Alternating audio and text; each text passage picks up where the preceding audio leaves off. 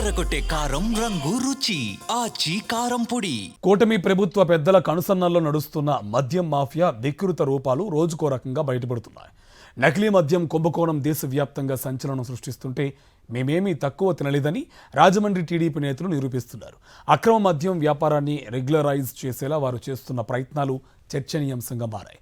39 మద్యం దుకాణాలతో సిండికేట్ ఏకంగా ఓ limited company తరహాలో దందాను నడపాలనుకోవడం తీవ్ర దుమారం రేపుతోంది. రాజమండ్రిలో భారీ మద్యం దందా బయటపడింది. రాజమండ్రి సిటీ రూరల్ నియోజకవర్గాలలో కలిపి మొత్తం 39 మద్యం షాపులను సిండికేట్గా ఏర్పాటు చేసి తమ అదుపులో ఉంచుకునేందుకు టీడీపీ నేతలు భారీ స్కెచ్ వేశారు. ఈ వ్యవహారానికి సంబంధించి రాజమండ్రి సిటీ టీడీపీ అధ్యక్షుడు మజ్జి రాంబాబు లిక్కర్ దుకాణదారుతో మాట్లాడిన ఆడియో టేపు బయటకు రావడంతో మొత్తం బండారం బయటపడింది. లిక్కర్ సిండికేట్ నిర్వహణపై ఆయన చాలా స్పష్టంగా ఓ లిక్కర్ దుకాణదారుతో మాట్లాడిన వైనం చర్చనీయాంశంగా మారింది. నమస్తే, నా పేరు మజ్జిరాబాబు అండి. నమస్తే సార్, చెప్పండి. నమస్తే. ఈవినింగ్ 5 కి ఆనంద నైన్స్ లో మీటింగ్ పెట్టారండి.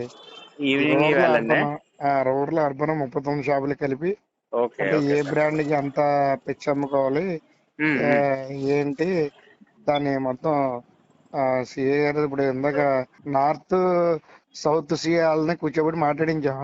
ఓకే, వాళ్ళు ఏదో ఆఫర్ పెట్టారు ఇంత కావాలని. అది ఈవినింగ్ సిఏని కూడా రమ్మన్నాం అక్కడికి ఆనంద నైన్స్ కి. ఓకే, ఏం చేయాలి, ఎలాగ అమ్మాలి, అందరం కలిపి యూనిటీగా ఎలా ఉండాలి, ఏ బ్రాండ్ ఎంత కమ్మాలి, ఒక మద్యం దుకాణం పరిధిలో ఉన్న బెల్ట్ షాపుల జోలికి మరొకరు రాకుండా ఎలా చూడాలి, ఒక్కో మద్యం దుకాణంపై రెండోసారి కేసు నమోదు కాకుండా ఎలా జాగ్రత్త తీసుకోవాలి, ఆయా అక్రమ పద్ధతులపై బైలాస్ రాసుకోవడం, అధికారులను మేనేజ్ చేయడం ఎలా మొదలైన అంశాలన్నీ రాజమండ్రి సిటీ టీడీపీ అధ్యక్షుడు మజ్జి రాంబాబు పూసగుచ్చినట్టుగా మాట్లాడడం అందరినీ నివ్వెరపరుస్తోంది. దీనికి సంబంధించిన ఆడియో టేప్ మీడియాలో వైరల్ అయింది. 39 మీద బాండ్ మీద సంతకం ప్లస్ 39 మీద ఎవరికి కేసు వచ్చినా అందరూ బరాయించాలి. ఎంత కౌంటర్ ఉన్నా కూడా 2 lakhs కౌంటర్ ఉన్న వాళ్ళకి ఎంత మామూలు ఇప్పించాలి, 2.5 కౌంటర్ ఉన్న వాళ్ళకి ఎంత ఇప్పించాలి, 3 lakhs కౌంటర్ ఉన్న వాళ్ళకి ఎంత ఇప్పించాలి. ఈ తర్వాత బెల్ట్ షాపులు కూడా ఒక ఏరియా వాళ్ళు ఒకరికి వెళ్ళడానికి వెళ్ళలేదు. ఒక షాపు 2 సార్లు కేసు పెడితే పోద్ది కాబట్టి రెండో షాపుకి ఆ షాపు కేసు లేకుండా ఉండి చూసే బాధ్యత కూడా వీళ్ళదే మొత్తాన్ని. అందుకని అన్ని కలిపి మాట్లాడుకుందామని అందరినీ కూర్చోబెడుతున్నాం. సార్ రండి. అధికార టీడీపీ నేతలు చాలా పకడ్బందీగా మద్యం సిండికేట్ ను తమ చెప్పు చేతల్లోకి తీసుకొచ్చి అక్రమ మద్యం వ్యాపారాన్ని నిర్వహిస్తున్నారనే విషయం మజ్జి రాంబాబు ఆడియో టేప్ ద్వారా అర్థమవుతోంది.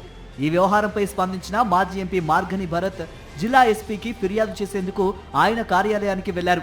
అయితే ఆయన్ను అడ్డుకున్న పోలీసులు ఎక్సైజ్ కార్యాలయంలో ఫిర్యాదు చేయాలని సూచించారు. మార్గని భరత్ గట్టిగా పట్టుబట్టడంతో మొత్తానికి అధికారులు ఈ ఫిర్యాదు స్వీకరించారు. ఎవరైతే ఎమ్మెల్యే అనుచరుడు బినామీ ఉన్నాడో ఆ రాజమండ్రి సిటీ అధ్యక్షుడు అతన్ని ఇమీడియట్గా సస్పెండ్ చేయండి.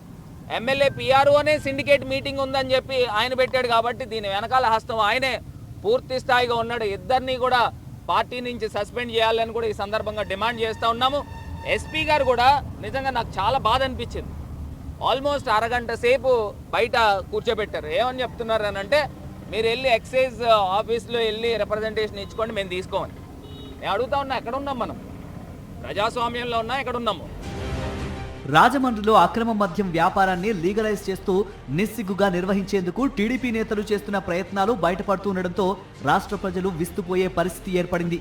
ఓవైపు నకిలీ మద్యంతో రాష్ట్రం అట్టుడుకుతూ ఉంటే మద్యం దుకాణాల్లో ధరలు పెంచి ఎంతెంత వసూలు చేయొచ్చో టీడీపీ నేతలు ప్రణాళికాబద్ధంగా వివరిస్తూ దోపిడీకి పాల్పడుతుండడం కూటమి ప్రభుత్వ దిగజారుడు పాలనకు దర్పణంగా నిలుస్తోందని రాజకీయ విశ్లేషకులు అభిప్రాయపడుతున్నారు.